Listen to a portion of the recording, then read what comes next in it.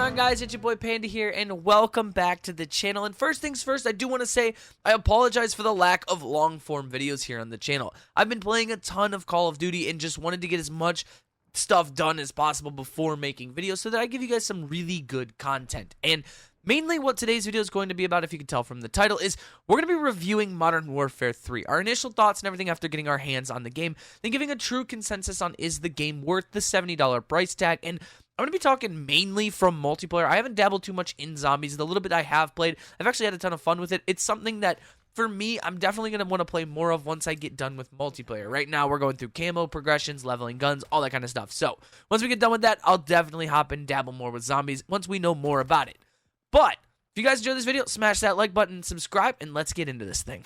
Real quick, before we go any further, I do want to touch on this real quick before the comment sections go crazy, and it's something I've seen across my shorts, my TikTok, other videos, all this kind of stuff of people just dogpiling on something that they don't enjoy because I don't know if it's most people are just miserable in life and they can't have anyone having fun, but the reason I play video games, at least, is to have fun with my friends, to enjoy, to have just an escape from reality. And if I enjoy something and I have fun with it, I'm going to be positive around that. So if there's a $70 price tag on it or it's called a DLC or something, that doesn't matter to me if I'm having fun. Now, you might be like, well, you're part of the problem. Well, not to me. I could care less what the corporate Activision people do with their game. I do not give a rat's ass what they do, how they do it, whatever it is. If it brings me joy and I play it, I'm going to play it. If you guys don't like that, then you don't like that. If you don't enjoy a game and it's boring, don't play it. It's as simple as that. But nonetheless, let's hop into the review of this so-called $70 DLC and see if it truly is worth its money. To me,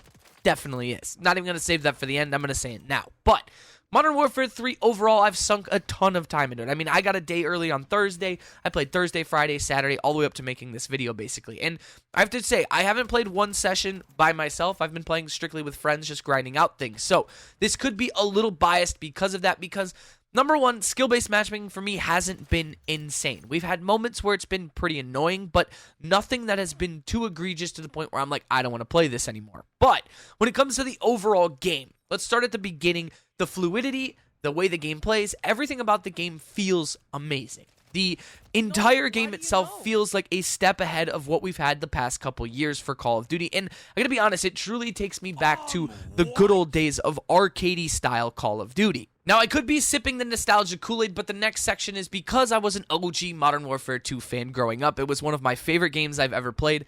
Playing these maps has been fun. It has been great. I was a little worried, you know, hey, these maps, we've seen these maps before. Could they get boring? Could we get tired of them? And I really don't think we will. The maps overall graphically look incredible. The arts team did an amazing job over at Sledgehammer, and I have to tip my hat to them, especially getting that Bloomberg report that they really only had like 17 months to make this happen. So it's amazing that that dev team was able to do what they do. But overall, the maps themselves play great. If you grew up on the maps, you know the layout, you know the jump spots, you know all that kind of stuff. And they added some new fluidity spots to make the maps flow a little better with this movement system. But there's also those times you run into players that you definitely know didn't play these maps before, and they don't know their way around them. And it kind of leads to that campy Sentinel-style playstyle. And I'm not saying that's a bad thing, because in Call of Duty, we have two kinds of playstyles in my mind. You have the run-and-gun crackheads like me and my friends, and then you have the kind of, I want to hold a line of sight, play for my kills, play for my streaks kind of thing, and I have no issue with either of those.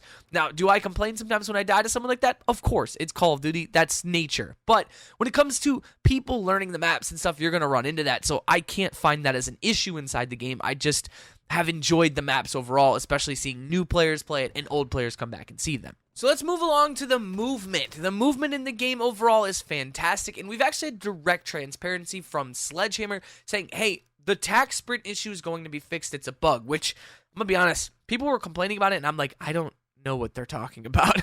I didn't see an issue with tack sprint other than maybe every now and then it wouldn't reset, but it wasn't something that was like drastically bad for me, but if that resets faster, it'll make the movement even more fluid and even more fun.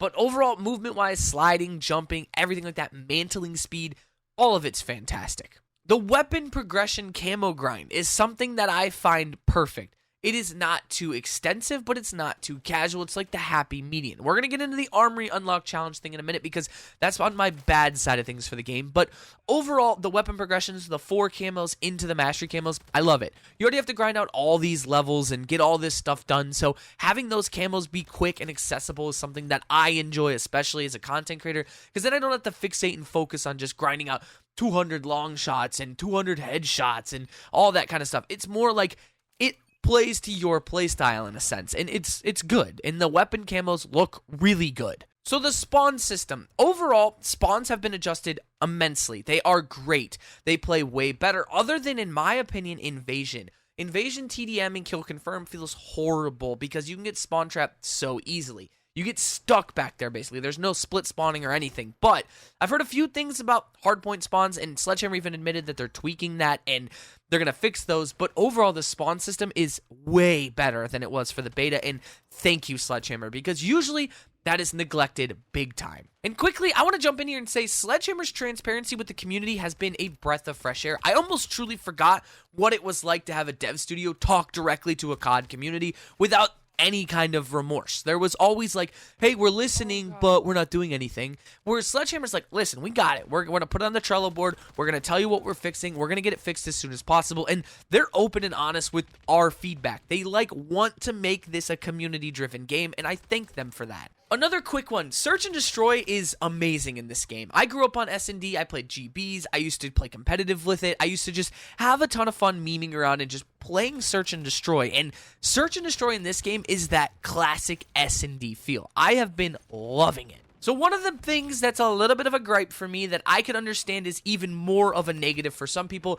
is this new Armory Unlock system. The daily challenge leading into the bonus challenge and all that. Well, I can understand 100% that people don't enjoy it if your challenges aren't tracking at all. I have a friend whose none of his challenges are tracking, and I feel horrible for him because he can't unlock anything else. He's level 55 and he's just stuck doing this. But for me, my Armory Unlock challenges have been working perfect, and I haven't had an issue with it, especially since I'm grinding out weapons and consistently changing weapons after I level them. So I've just kind of been clicking them on as an option after I get my daily challenges done so that our wins just count towards those Armory Unlocks. And I know a lot of people aren't, like I said, tracking right now, but it kind of incentivizes people to play for a win, which is nice. And I took off domination for that reason because people don't play the objective in domination. They might cap 1 or 2 flags and they just run around and try to get kills. I'm a culprit of that. I do the exact same thing. But we've been playing a lot of TDM and kill confirm, so we've been kind of just winning a lot of games, and I've unlocked every weapon in the Armory Challenge, almost all the equipments as well, because I've just kind of been going through and just letting it do its thing. You just queue them up and make sure you remember to check them, but I truly do get why the Armory Unlock would be a little annoying for some players.